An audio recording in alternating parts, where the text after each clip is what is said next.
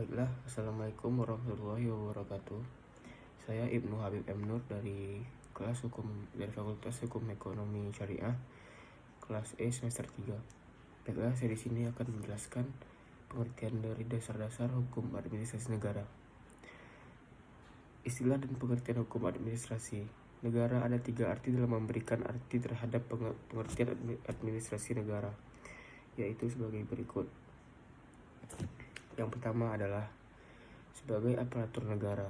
Aparatur negara atau sebagai institusi politik kenegaraan artinya meliputi organ yang berada di bawah pemerintahan, mulai dari presiden, menteri, termasuk sekretaris jenderal, direktur jenderal, inspektur, dan dari presiden, menteri, atau termasuk sekretaris jenderal, direktur jenderal, inspektur jenderal, gubernur, bupati, dan sebagainya. Singkatnya, semua organ yang menjalankan administrasi negara. Dan sebagai fungsi atau aktivitas, yaitu kegiatan pemerintahan, artinya kegiatan mengurus kepentingan negara. Dan sebagai proses teknis melaksanakan undang-undang, artinya meliputi segala tindakan aparatur negara dalam menyelenggarakan undang-undang. Dan ada beberapa istilah sebagai padanan hukum administrasi negara atau disingkat HAN. Antara lain adalah Hukum Tata Usaha Negara atau HTUN dan Hukum Tata Pemerintahan atau HTP. Istilah hukum administrasi negara dalam bahasa Inggris Administrative Law dan dalam bahasa Belanda Administrative dan Verwaltungsrecht dalam bahasa Jerman.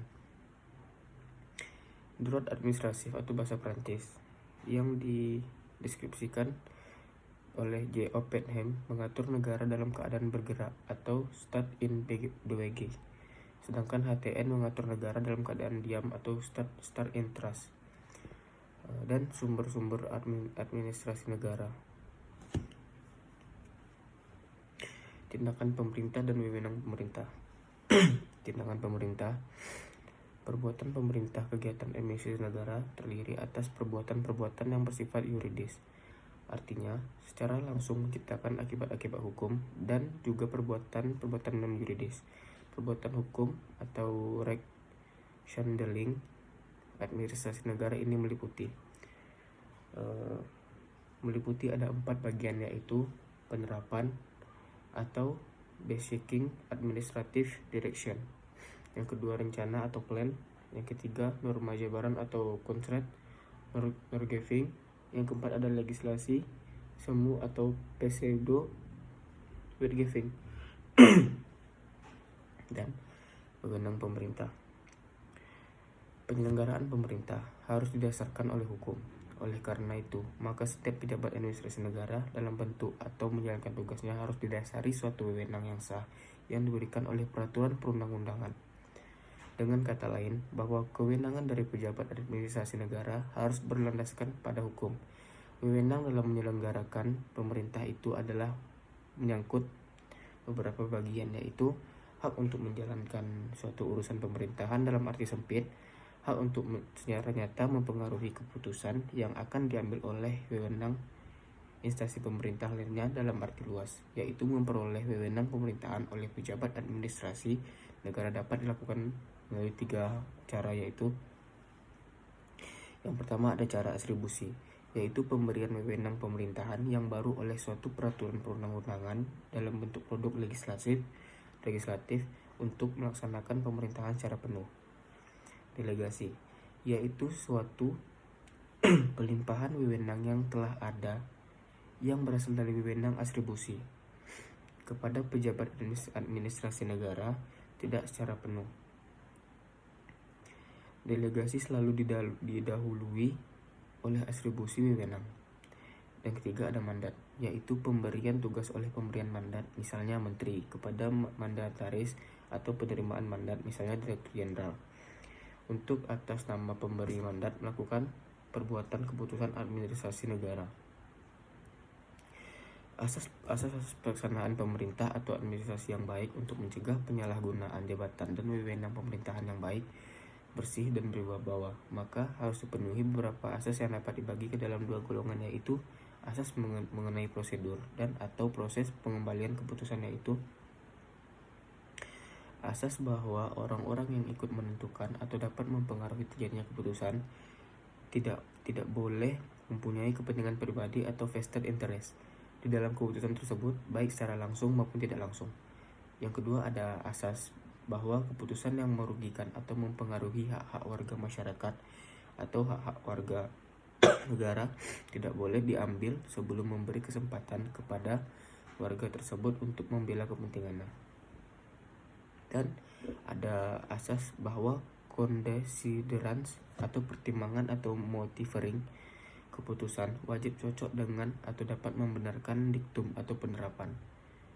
Penerapan di sini daripada keputusan tersebut, dengan kata lain bahwa penyusunan considerance harus berdasarkan fakta-fakta yang wajar.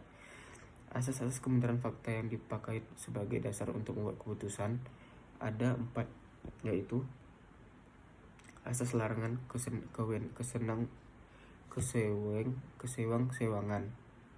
kesewenang-wenangan atau larangan melakukan perbuatan atau keputusan administrasi negara yang tidak mempertimbangkan semua faktor yang relevan dengan kasus yang bersangkutan secara lengkap dan wajar, sehingga tidak menimbulkan ketimpangan.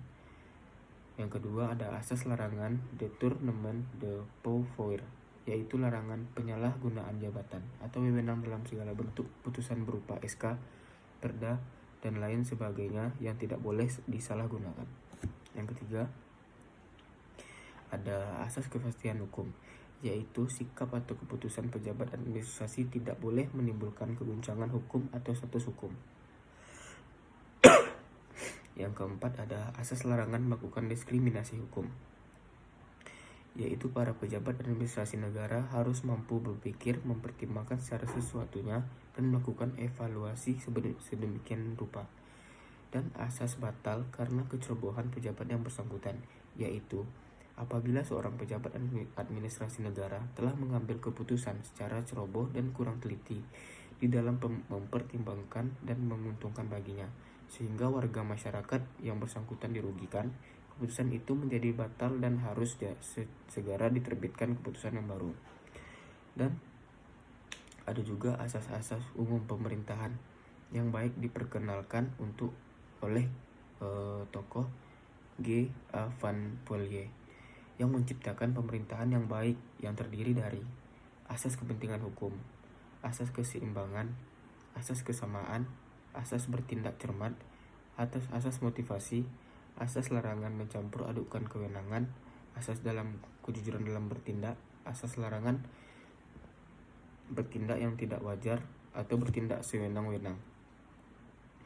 Dan ada asas pengharapan, dan ada juga asas meniadakan akibat keputusan yang batal, dan juga ada asas perlindungan atau pandangan hidup. Baiklah, sekian dari saya, Ibnu Habib M. Nur. Mohon maaf apabila ada kesalahan kata atau kekurangan dalam penyampaian. Wabillahi taufiq wal hidayah. Wassalamualaikum warahmatullahi wabarakatuh.